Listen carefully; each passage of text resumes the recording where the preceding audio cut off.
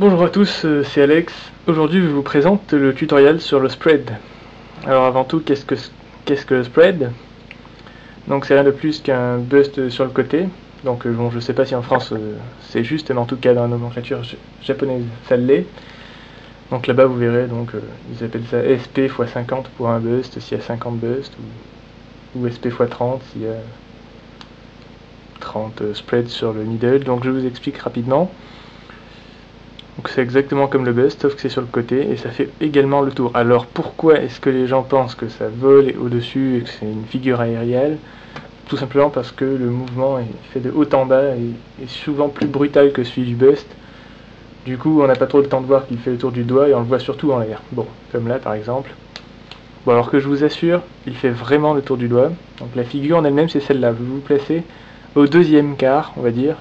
Premier, deuxième, troisième, quatrième. Au deuxième quart de votre stylo et vous faites le tour. C'est un fingerless around et merde. C'est un fingerless around. Voilà. Et on peut le relancer donc autant de fois qu'on veut. Alors c'est beaucoup plus facile que le bust parce qu'il y a des astuces supplémentaires, donc je vais vous les donner. La première, c'est que le pinky spread c'est le plus facile des spreads, devant le ring, le middle et l'index.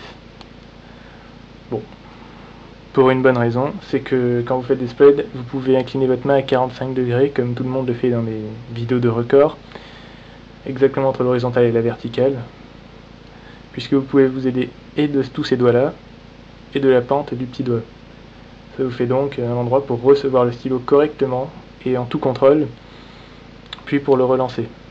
Donc, c'est pour ça que les records en témoignent, 428 Pinky Spread par Tony sur HKPSA, 500 Pinky Spread au Japon par je sais plus qui.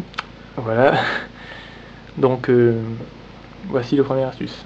Le second est très, on va dire, a l'art d'être très moche, mais bon, est aussi utilisé par tout le monde. C'est ça en fait qui fait que le spread est moche, parce qu'il pourrait être beaucoup plus beau. Ceux de Trial sont parfaits. Je vous expliquerai pourquoi après. Donc l'astuce, la deuxième, consiste à pousser le stylo, à l'accompagner. Donc c'est plus vraiment un power trick en fait, ça m'énerve un peu quand les gens disent tous ouais il fait des spreads, c'est power tricker, etc.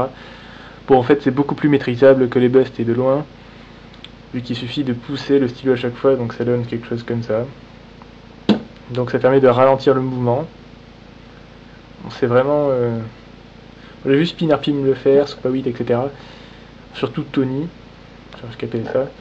Voilà, donc vous pouvez... Donc du coup j'ai copié la technique et elle fonctionne très bien.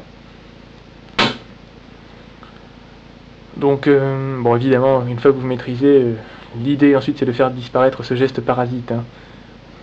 Pour pousser l'idée un peu plus loin, on peut carrément tendre les doigts de manière à garder donc une position parfaite. Et donc essayer de faire un fingerless around comme ça. Alors là je vous assure que c'est beaucoup plus difficile, d'ailleurs il faut aller très vite. Je pense que c'est pour ça qu'il n'y a que Trial qui les a fait vraiment fait. Voilà, enfin, c'est beaucoup plus dur. C'est aussi beaucoup plus esthétique. Je crois avoir vu Seven le faire, enfin bon, je ne sais plus. Donc ce sont les seules astuces que j'ai pour le spread et je pense que c'est largement suffisant. Vous pouvez aussi, oui, pour le lancer. Donc je vous le dis à la fin. Au début, c'est pas vraiment important. Il faut juste donc faire un TAR bust. C'est exactement le même mouvement. Enfin, moi j'utilise ça. Vous pouvez utiliser tout ce que vous voulez, mais TAR bust.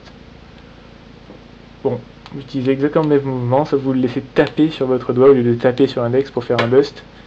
Vous le laissez tomber donc sur votre doigt et il va faire la rotation tout seul si vous connaissez le mouvement. Donc ça donne quelque chose comme ça, voilà.